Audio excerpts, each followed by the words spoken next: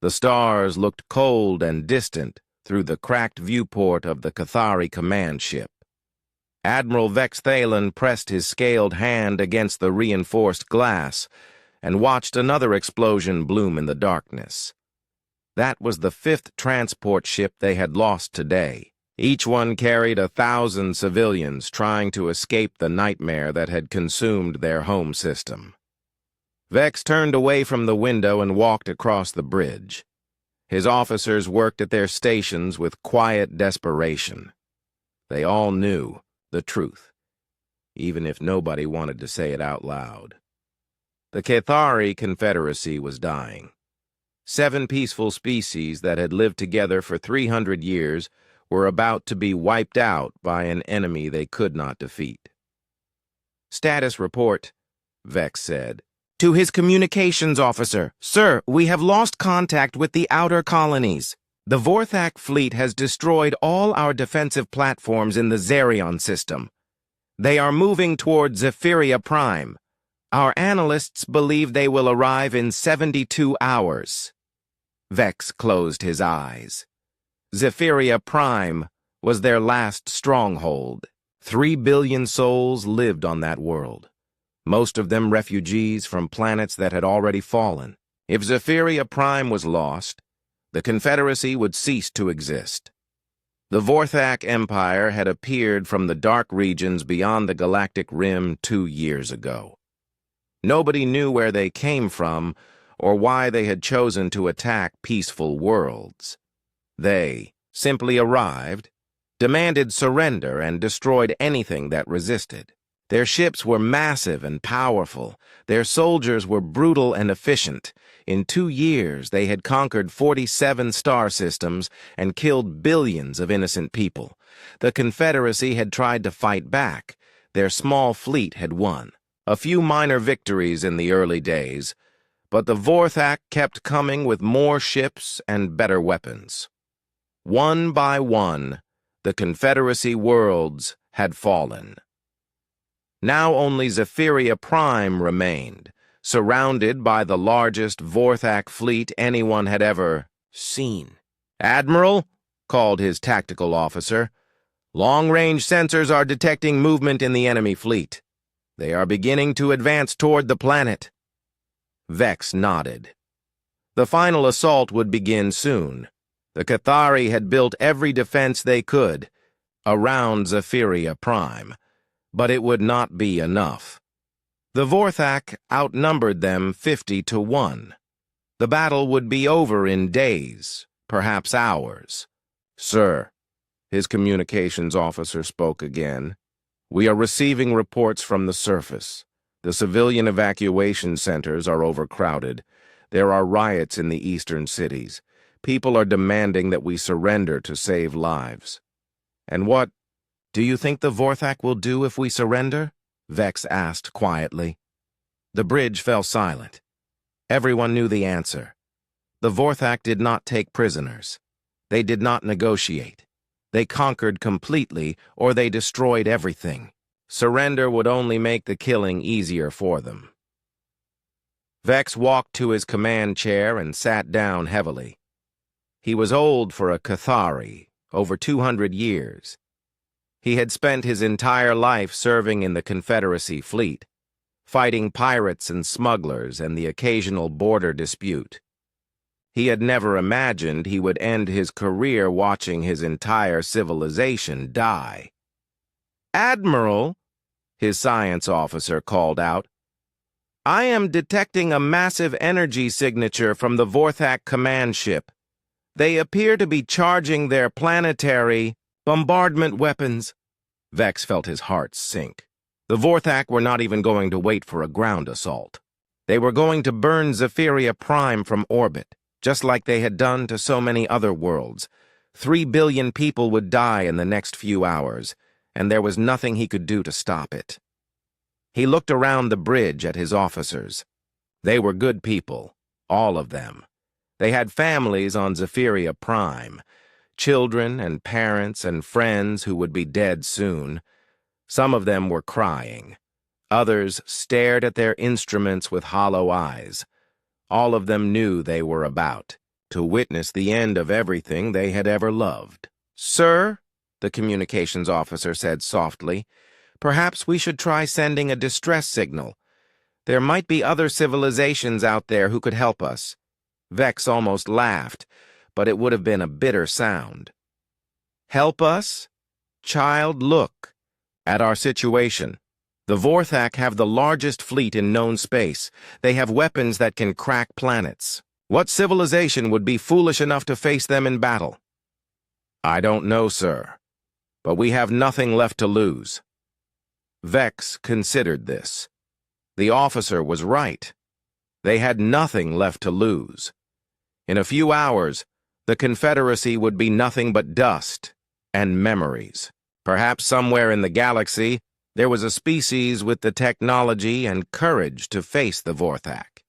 It was a foolish hope, but it was the only hope they had left. "Very well," Vex said. "Prepare a general distress signal. Broadcast it on all frequencies. Make sure it contains our tactical data and historical records. If we are going to die, at least other species will know what happened here." The communications officer worked quickly at his station. "Message prepared, sir. Broadcasting now." The signal went out from the Cathari command ship, racing through space at the speed of light. It carried a simple message of desperation and hope. Somewhere in the vast galaxy, perhaps someone would hear it. Perhaps someone would care. Perhaps someone would help. But Vex did not really believe it. He had seen too much death in the past 2 years. He had watched too many worlds burn. The galaxy was a dark and dangerous place, and the strong always destroyed the weak. That was simply the way things were. 3 days away, in a quiet system near the edge of human space, Captain Jake Morrison was drinking coffee and reading reports when his communications officer called out. "Captain, we are receiving a distress signal. It appears to be coming from the Zeta sector." Morrison looked up from his reports. The UHS Defiant was a deep space reconnaissance vessel, one of dozens that patrolled the borders of human territory. Their job was to watch for threats and gather intelligence. They rarely encountered other species, and distress signals were even more unusual. "Put it on the main screen," Morrison said. The bridge speakers crackled with static, and then a voice came through speaking in heavily accented but understandable galactic standard. "This is Admiral Vex Thalan of the Cathari Confederacy. If anyone can hear this message, please help us. We are under attack by the Vorthak Empire. Our worlds are burning. Our people are dying. We have little to offer, except our gratitude and what remains of our knowledge archives. Please, if there is anyone out there who can help us, we are running out of time." The message continued with technical data about the Vorthak fleet and their weapons. Morrison listened in growing amazement. The numbers were staggering. The Vorthak had over 3,000 ships surrounding a single world. They had weapons that could destroy cities from orbit. They had been conquering worlds for 2 years without anyone stopping them. "Captain," his tactical officer said, "according to this data, the attacking force has more ships than our entire third fleet." Morrison nodded grimly. The Cathari were facing an enemy that could probably destroy most human colonies without much effort. But something about the desperation in the alien's voice touched him. These were not warriors calling for backup in a battle. These were civilians begging for someone to save their children. "Send a priority message to Terra Command," Morrison ordered. "Include all the tactical data from this transmission. Tell Admiral Kane that we have a situation that requires immediate attention." The message flashed through space toward Earth, traveling through the network of communication relays that connected human space. Within hours, it would reach the headquarters of the Terran Defense Force.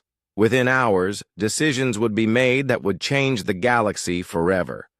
On his command. Ship above Zephyria Prime, Admiral Vex Thalan watched the Vorthak fleet continue its advance. The enemy ships moved like a dark cloud, blotting out the stars. Soon they would be in bombardment range. Soon the killing would begin. He did not know that his desperate message had been heard. He did not know that somewhere in the galaxy, humans were reading his plea for help with growing anger. He did not know that the most dangerous species in known space was about to learn that someone had been preying on the innocent. All he knew was that time was running out, and the darkness was closing in. Admiral Lisa Kane stood in the war room deep beneath Terra Command, staring at the massive holographic display that showed the Zeta sector. The image rotated slowly, showing the positions of the Vorthak fleet surrounding Zephyria Prime. Red dots marked enemy ships. There were so many red dots that they almost covered the entire display. 3,000 ships, she said quietly. Maybe more. Our intelligence says they have been conquering worlds for 2 years without anyone stopping them. Colonel Ryan Torres, her chief of staff, stood beside her studying the tactical data. The Cathari fleet has maybe 60 ships left. Most of them are damaged. They are completely outgunned. What do we know about these Vorthak? Kane asked. Commander Amy Phillips, the intelligence officer, stepped forward with a data pad. Not much, Admiral. They appeared from beyond the galactic rim 2 years ago. No one knows where they came from or why they started attacking. They seem to target peaceful civilizations. They demand surrender and kill everyone who resists. Kane nodded slowly. She had been in charge of the Terran Defense Force for 8 years. In that time, she had fought pirates and rebels and hostile alien species, but she had never seen anything like this. The Vorthak were not just conquering territory. They were wiping out entire civilizations. How long do the Cathari have? She asked. According to Captain Morrison's analysis, maybe 3 days. The Vorthak are moving into bombardment range. Once they start firing, it will be over quickly. Kane walked around the holographic display, studying it from different angles. The situation was clear. The Cathari were going to die unless someone helped them. The question was whether humanity should get involved in a war that was happening hundreds of light years away. Admiral, Torres said carefully, this is not our fight. The Cathari are not part of human space. We have no treaty with them. No obligation to help. I know, Kane replied. But look at this data. The Vorthak have conquered 47 star systems. They have killed billions of people. What happens when they finish with the Cathari? Do you think they will just stop? Phillips consulted her datapad. Intelligence estimates that the Vorthak expansion will bring them into contact with human colonies within 5 years, maybe less. Kane stopped walking and looked at her officers.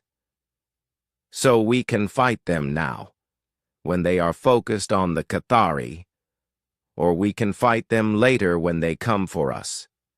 Which do you think gives us better odds? Torres understood immediately. You want to hit them while they are committed to this siege. I want to hit them before they become an even bigger threat, Kane corrected. And I want to save 3 billion. Innocent people if we can. She turned back to the display and began making calculations in her head. The 3rd Fleet was currently stationed at Mars. The 5th Fleet was on patrol near the outer colonies. The 7th Fleet was in dock for repairs, but most of their ships were operational. If she moved quickly, she could assemble the largest human battle group in decades. How long to get our fleets to the Zeta sector? She asked. The 3rd Fleet could be there in 4 days if they push their engines, Phillips answered. The 5th Fleet would take 6 days. The 7th Fleet could launch in 2 days but would need a week to reach the target. Kane did more calculations. 4 days was too long. The Cathari would be dead by then. But if she sent the fastest ships first and had the others follow, she might be able to save at least some of the civilians. Send orders to Admiral Ben Carter. He is to take every ship in the Third Fleet that can make the journey in 3 days. Maximum burn, no delays. Tell him to prepare for a major fleet engagement. Torres looked surprised. Admiral, you are talking about committing our entire strategic reserve to help aliens we have never met.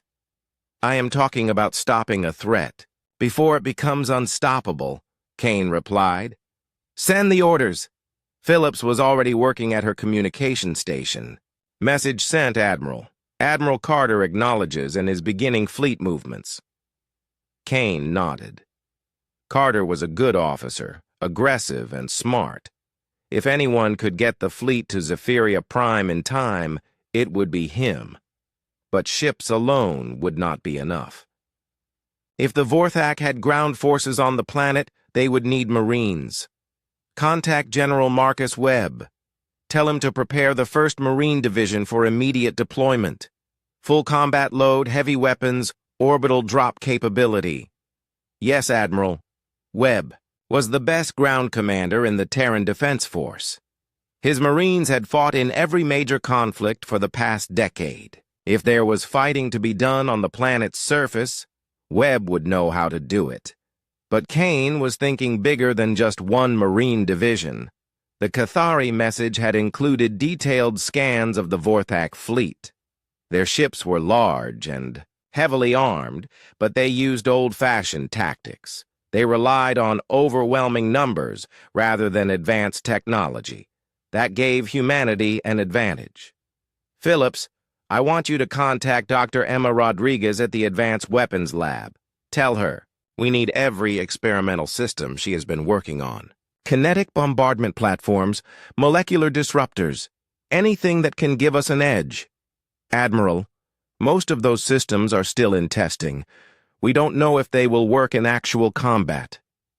Then this will be a good test, Kane said grimly. Send the message. She walked to the communication console and opened a direct channel to the fleet commanders. Within minutes, she was looking at the faces of Admiral Carter, General Webb, and Dr. Rodriguez on the main screen. Gentlemen, lady, we have a situation, Kane began. 3 days ago, we received a distress signal from an alien species called the Cathari. They are under attack by something called the Vorthak Empire. The Vorthak have been conquering peaceful worlds for 2 years. They have killed billions of people. Right now, they are about to destroy the last Cathari world. Carter leaned forward. What are our orders, Admiral? We are going to stop them, Kane said simply. Ben, I want you to take the 3rd Fleet to Zephyria Prime. Maximum speed. You will engage and destroy the Vorthak fleet. Understood. What about enemy strength? 3,000 ships, maybe more. Heavy weapons, planetary bombardment capability. But their tactics appear to be outdated. Use our technological advantages. General Webb spoke up. What about ground forces? We expect the Vorthak will try to land troops on the planet. Your job is to stop them. Protect the civilian population. Show them what human Marines can do. Webb smiled grimly. Copy that, Admiral. My boys have been looking for a good fight.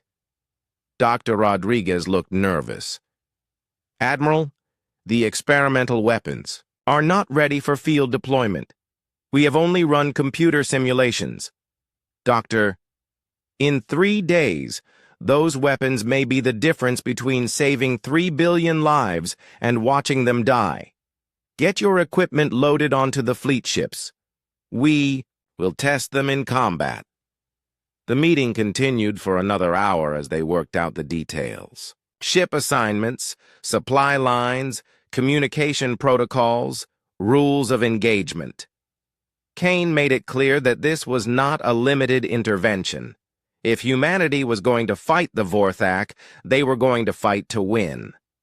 When the meeting ended, Kane found herself alone in the war room. The holographic display still showed the Vorthak fleet surrounding Zephyria Prime. In a few hours, human ships would begin the journey to that distant system. In a few days, those red dots would face the full power of the Terran Defense Force. She thought about the message from Admiral Vex Thalon. The alien's voice had been filled with desperation and hope. He had asked for help, probably expecting a few ships or some military advisors. Instead, he was going to get the largest human fleet ever assembled for combat. Kane hoped the Cathari would survive long enough to see it arrive. She hoped humanity was making the right choice. But mostly, she hoped the Vorthak were ready for what was coming their way. Across human space, the mobilization began. Admiral Carter's Third Fleet prepared for immediate departure. 200 ships, from massive carriers to fast destroyers, began loading supplies and ammunition. General Webb's Marines checked their weapons and armor. Dr. Rodriguez supervised the installation of untested weapons systems on the fleet's capital ships. Captain Morrison, still on patrol in the UHS Defiant, received new orders. He was to proceed immediately to Zephyria Prime and establish contact with the Cathari forces. His ship would serve as the advance scout for the incoming human fleet. As he read the orders, Morrison felt a mix of excitement and worry. Excitement, because humanity was finally going to face a real enemy in open battle. Worry because that enemy had been unstoppable for 2 years. But Morrison had served in the Terran Defense Force for 20 years. He had seen what human technology and determination could accomplish. The Vorthak had never faced Deathworlders before. They were about to learn what happened when you threatened people under human protection. The greatest military mobilization in human history had begun. And somewhere in the darkness between the stars, Admiral Vex Thalon continued his desperate fight, not knowing that help was already on the way. The first thing War Commander Jacques Bruthos noticed about the human ships was how small they looked. From his command deck aboard the massive Vorthak dreadnought Bone Crusher, he watched the alien fleet emerge from hyperspace near Zephyria Prime. There were only about 200 ships, tiny compared to his 3,000-vessel armada. Pathetic, Bruthos growled to his tactical officer. These humans think they can challenge the might of the Vorthak Empire with such a small force? The tactical officer studied his instruments carefully. War Commander, the human ships are using technology we have not seen before. Their energy signatures are unusual. Perhaps we should be cautious. Bruthos backhanded the officer across the face. Caution is for the weak. We have conquered 47 worlds. No species has ever stood against us successfully.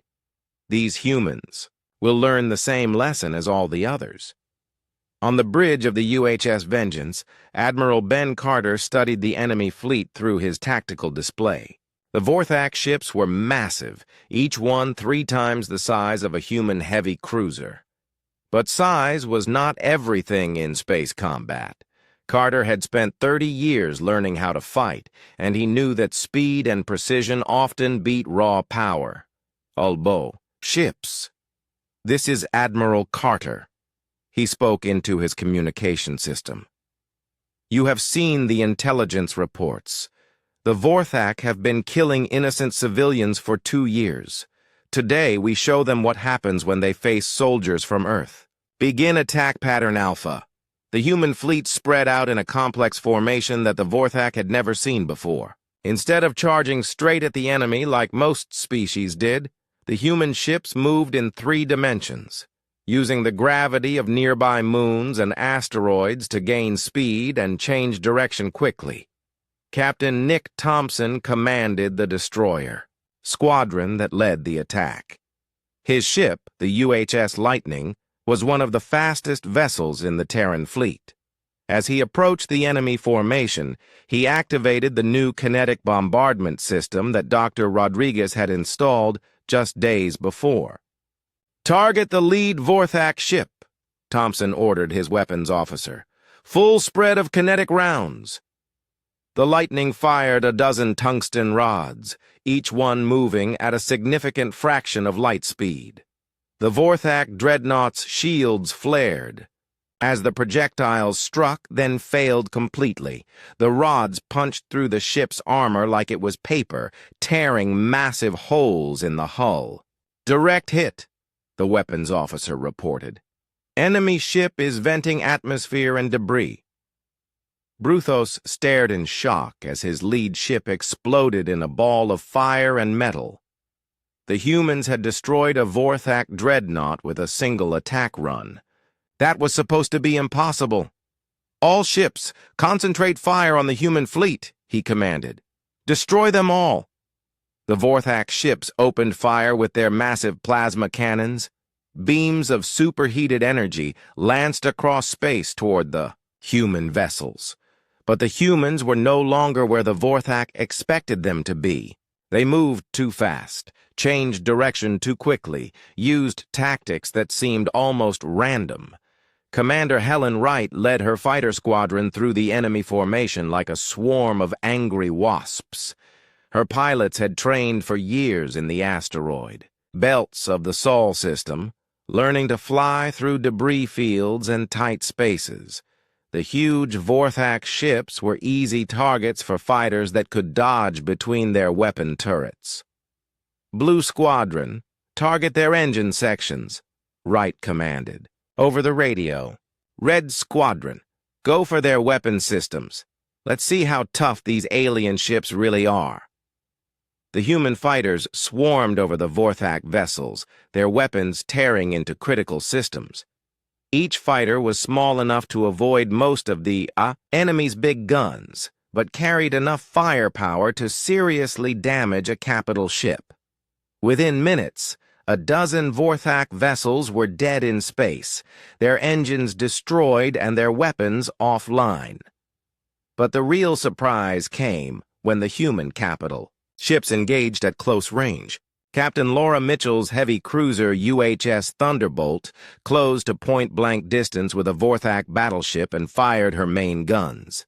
The new molecular disruptor beams turned the enemy ship's armor into dust, exposing the crew compartments to space.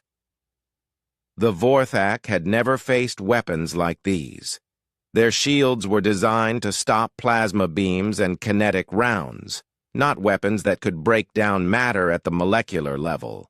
Ship after ship fell to the human assault, as their defenses proved useless against Earth technology.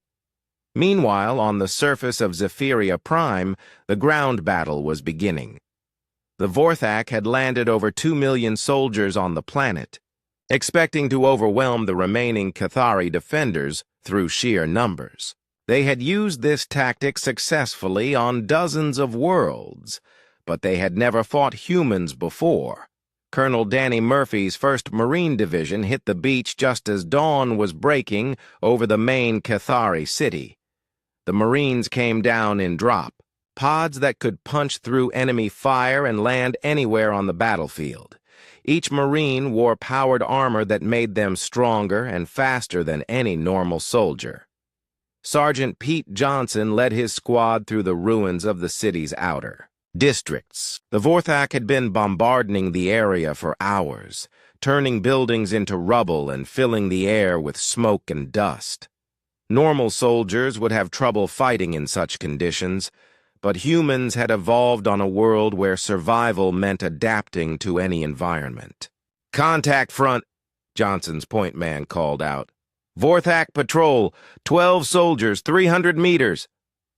Johnson studied the enemy through his armor's enhanced vision system. The Vorthak soldiers were big, maybe 8 feet tall, with thick armor and heavy weapons. They looked dangerous. They looked unstoppable. "Take them down," Johnson ordered. The human squad opened fire with weapons that the Vorthak had never encountered. Railgun rifles that could punch through any armor. plasma grenades that burned at temperatures found in stellar cores, molecular blades that could cut through solid metal like butter. The Vorthak patrol was wiped out in seconds. They never had a chance to return fire. Lieutenant Claire Davis was coordinating artillery strikes from her position in the city center. The humans had brought orbital bombardment platforms that could drop kinetic rounds anywhere on the planet's surface with perfect accuracy.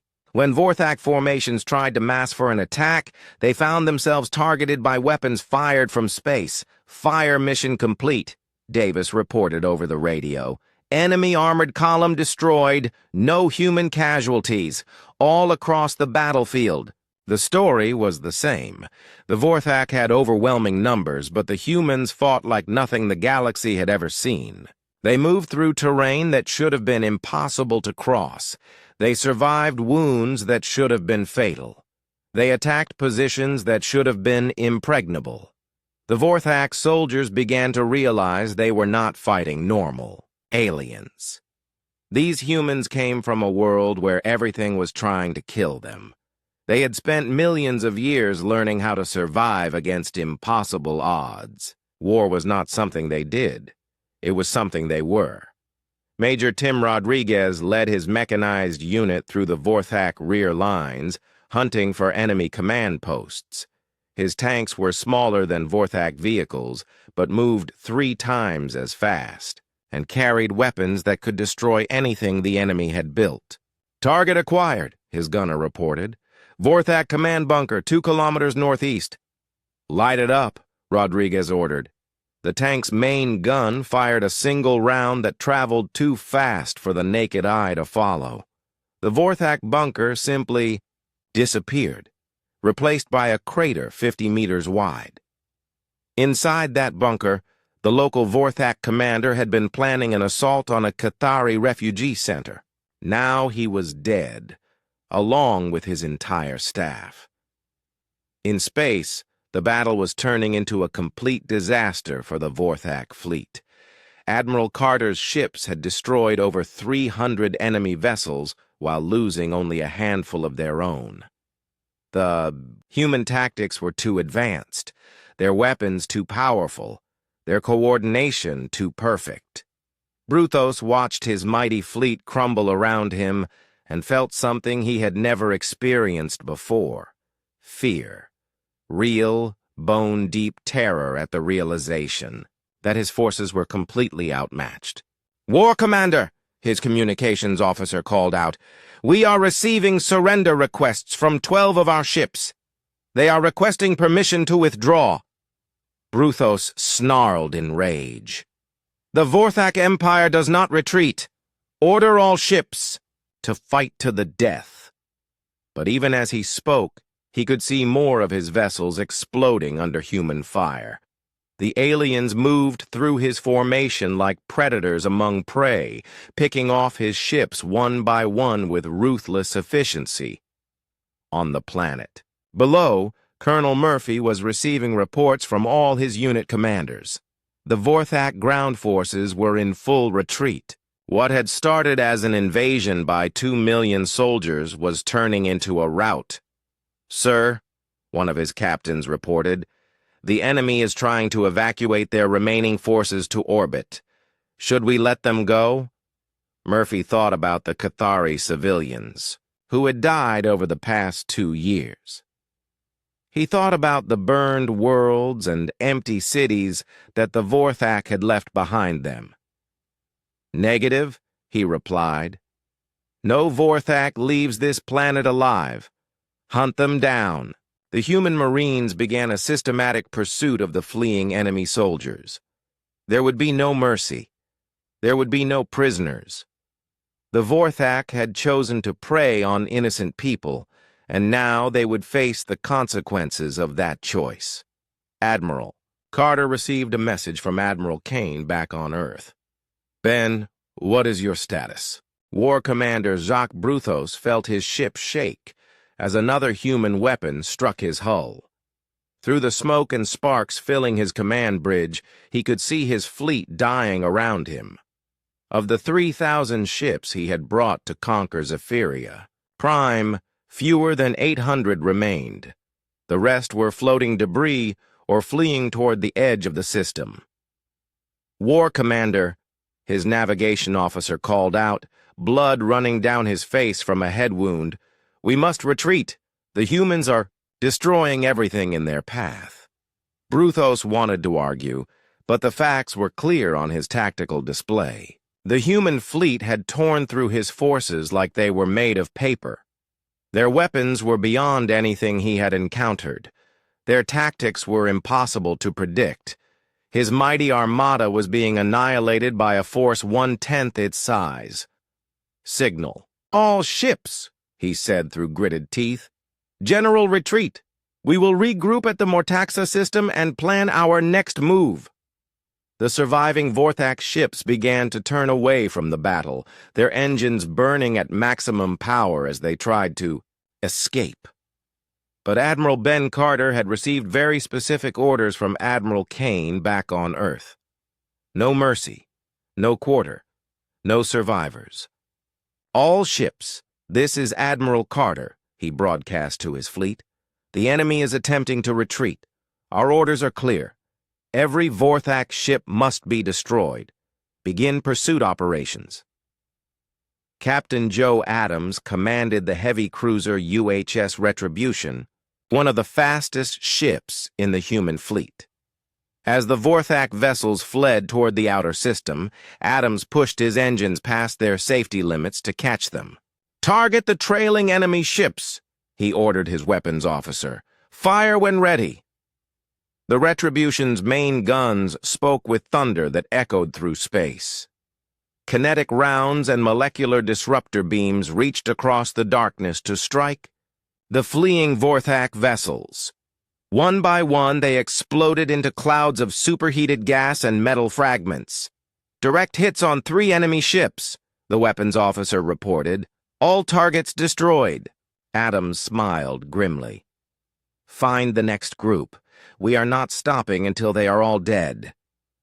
Commander Sharon Kelly led her destroyer squadron in a flanking maneuver around the main Vorthak fleet. Her ships were smaller than the heavy cruisers, but they were also faster and could change direction more quickly. She planned to cut off the enemy's escape route while the larger ships destroyed them from behind. "Sharon, this is Ben." Admiral Carter's voice came over the communication system. "What is your position?" "We are moving to intercept the enemy at the asteroid belt," Kelly replied. "They will not escape through our lines." "Good hunting, Commander. Make sure none of them reach their home system." Kelly understood the importance of her mission. If even a few Vorthak ships escaped to warn their homeworld, the enemy might prepare better defenses or send reinforcements. The element of surprise was humanity's greatest advantage right now. Her destroyers reached the asteroid belt just as the leading Vorthak ships arrived. The enemy had been pushing their engines so hard that some of their vessels were showing signs of overheating. They were desperate to escape, but they had chosen the wrong species to run from. "All ships, open fire," Kelly commanded. The human destroyers unleashed everything they had: missiles, railgun rounds, plasma beams, and the new molecular disruptors that Dr. Rodriguez had designed. The Vorthak ships tried to return fire, but they were damaged and disorganized. Most of their shots missed completely. In less than 10 minutes, the entire leading group of enemy vessels was destroyed. Kelly's squadron had not taken a single casualty. Meanwhile, on the surface of Zephyria Prime, the ground battle was entering a new phase. The Vorthak army that had landed to conquer the planet was now trapped between human marines and Cathari defenders. What had started as an invasion was turning into a massacre.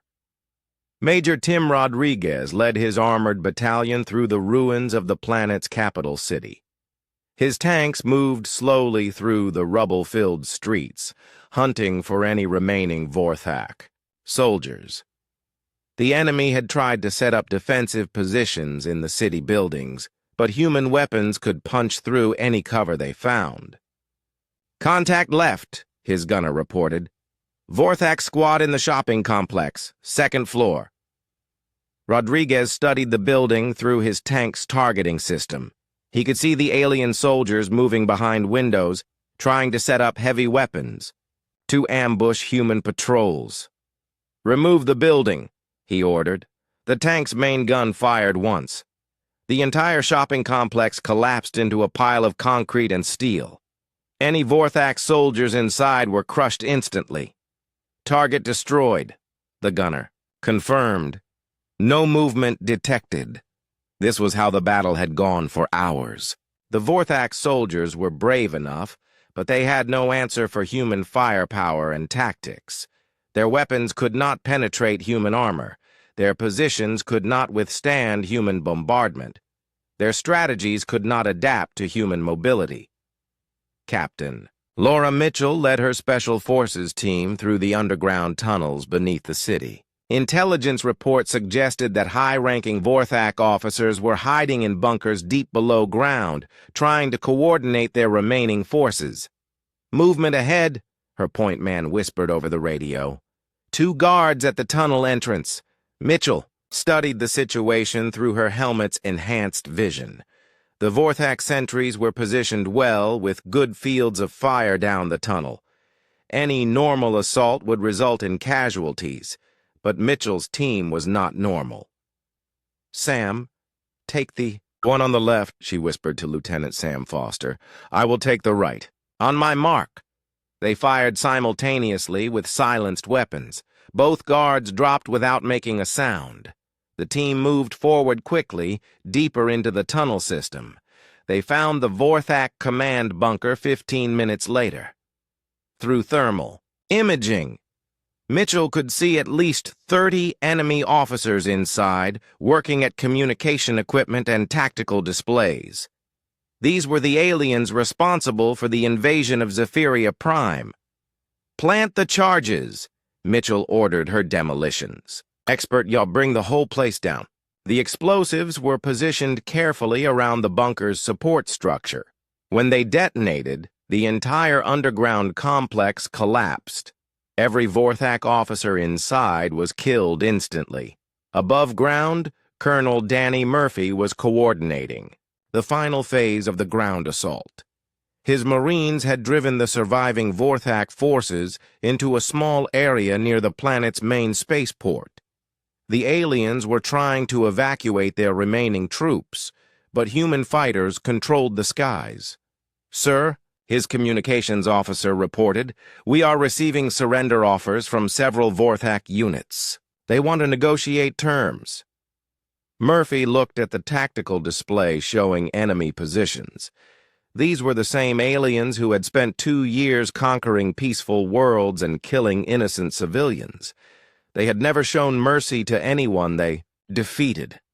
"Send a message to all Vorthak forces," Murphy said coldly. "There will be no negotiations. No surrender will be accepted.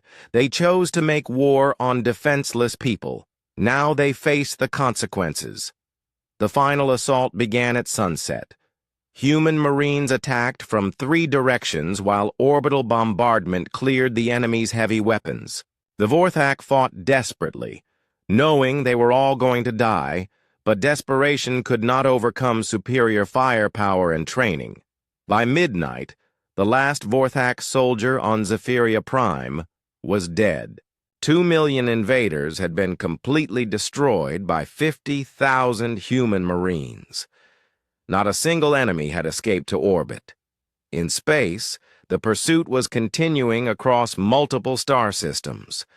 Admiral Carter's fleet had split into smaller groups to hunt down every fleeing Vorthak ship. They followed the aliens through hyperspace, tracking them by their engine signatures and debris trails. Captain Nick Thompson's destroyer squadron cornered a group of enemy vessels near a gas giant in the Zarian system. The Vorthak ships tried to hide in the planet's ring system, using the ice and rock fragments as cover. "They think they can hide from us," Thompson told his crew. "Show them how wrong they are." The human destroyers used their advanced sensors to track every enemy ship despite the interference from the ring particles. Their weapons were accurate enough to hit targets even through the debris field. One by one, the hiding Vorthak vessels were found and destroyed, but the most important target was still escaping. War Commander Bruthos had managed to reach the edge of the system with a small group of his fastest ships. He was preparing to jump to hyperspace when Commander Helen Wright's fighter squadron caught up with him. "This is Commander Wright to all squadrons," she broadcast. "The enemy command ship is attempting to escape. All fighters, attack run now."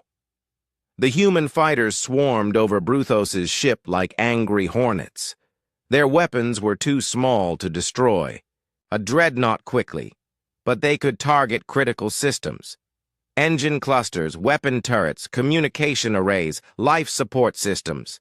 "War Commander," Bruthos's tactical officer called out, "our engines are failing. We cannot reach hyperspace." "Velocity." Bruthos watched his ship's systems fail one by one as the human fighters continued their assault. He had conquered 47 worlds for the Vorthak Empire. He had commanded fleets that had destroyed entire civilizations. Now he was going to die in some forgotten star system, killed by aliens half his size. "Sir," his communications officer said, "Admiral Carter is demanding our surrender." Bruthos laughed bitterly. "Tell the human admiral that the Vorthak Empire does not surrender." Supreme Leader Vorthak Prime stood on the observation deck of his palace, looking up at the night sky of Mortaxa. Even with his naked eyes, he could see the flashes of light that marked the death of his empire's ships. The human fleet had arrived in the home system 3 hours ago, and the battle was already over. "My lord," his military advisor approached carefully, "we have lost contact with all outer defense platforms.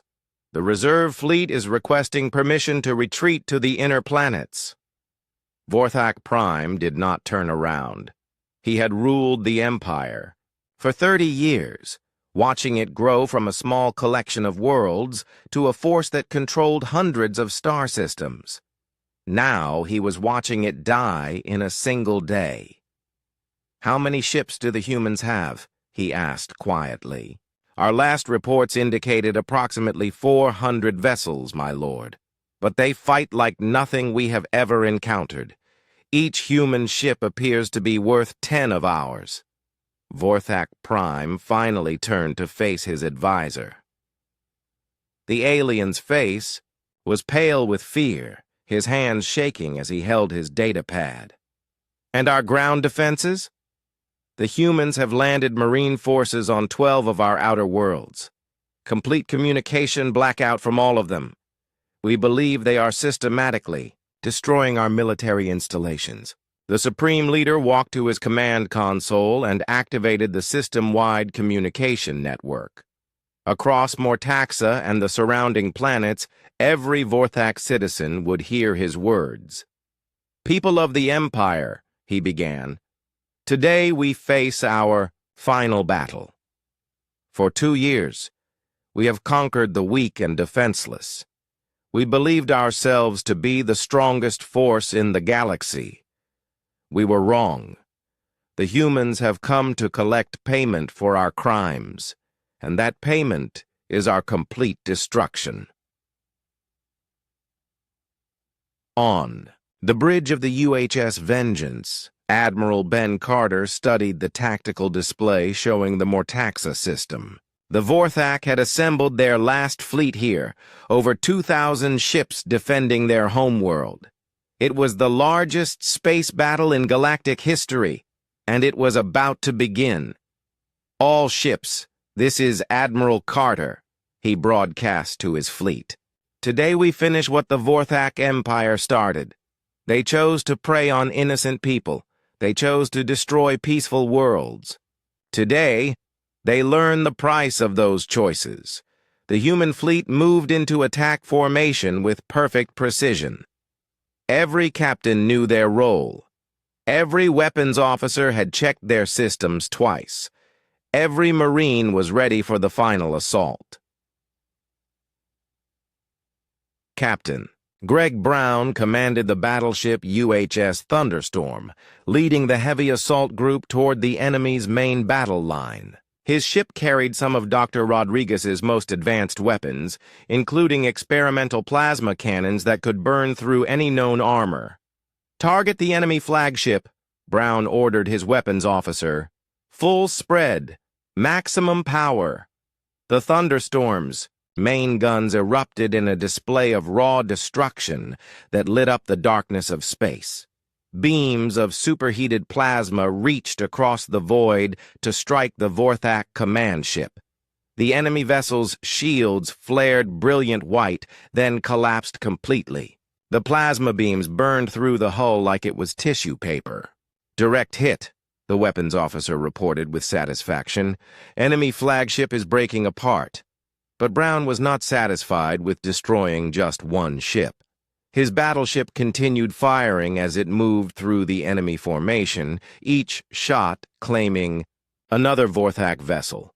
The aliens tried to return fire, but their weapons seemed primitive compared to human technology. Commander Nancy Price led her carrier group in a flanking attack around the enemy's left wing. Her fighters launched in waves, each squadron carrying enough firepower to destroy a capital ship. The Vorthak had never faced carrier-based tactics before, and their formation began to collapse under the assault. "Blue Wing, target their engine." "Sections," Price commanded over the radio. "Red Wing, go for their weapon systems. Green Wing, destroy their communication arrays." The human fighters swarmed through the enemy fleet like a pack of wolves hunting prey.